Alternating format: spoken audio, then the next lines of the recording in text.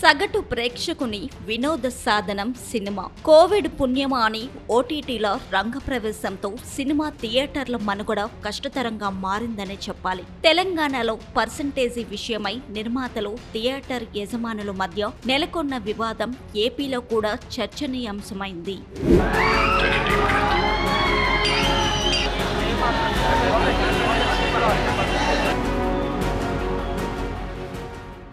విశాఖలో తరచూ cinema promotion వేడుకలు, ప్రెస్ మీట్లు జరుగుతుంటాయి. విశాఖలో సినిమా హిట్ అయితే రాష్ట్రమంతా సినిమా విజయవంతం అవుతుంది అని పలువురు నటులు ఇక్కడ చెబుతుంటారు. అలాంటి విశాఖలో సైతం సింగిల్ స్క్రీన్ థియేటర్ల మనుగడ రాను రాను క్లిష్టంగా ఉంటుందని ఆందోళన వ్యక్తమవుతుంది. వీకెండ్ లో మాత్రమే థియేటర్లు కాస్త ప్రేక్షకులతో కలకల్లాడుతున్నాయి. వారంలో కొన్ని రోజులు సెకండ్ షోలకు ప్రేక్షకులు లేక షో క్యాన్సిల్ చేయడం రివాజ్ గా మారిందంటే పరిస్థితి ఎలా ఉందో ఇట్టే అర్థం చేసుకోవచ్చు. ప్రేక్షకులు పుట్టినరోజులు, పెళ్లి రోజులు వంటి వేడుకల్లో భాగంగానే సినిమాలకు వస్తున్నారు. ఇక కుటుంబ సమేతంగా సినిమాలకు వచ్చే రోజులు ఎప్పుడో పోయాయనే చెప్పాలి.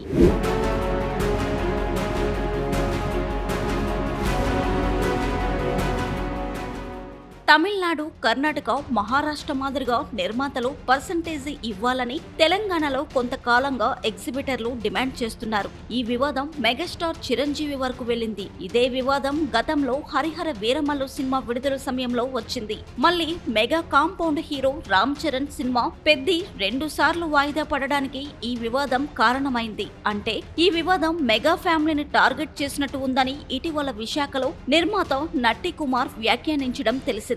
పెద్ద సినిమా హీరోల సినిమాల విడుదల రోజు అభిమానులు సందడి చేస్తున్నారు.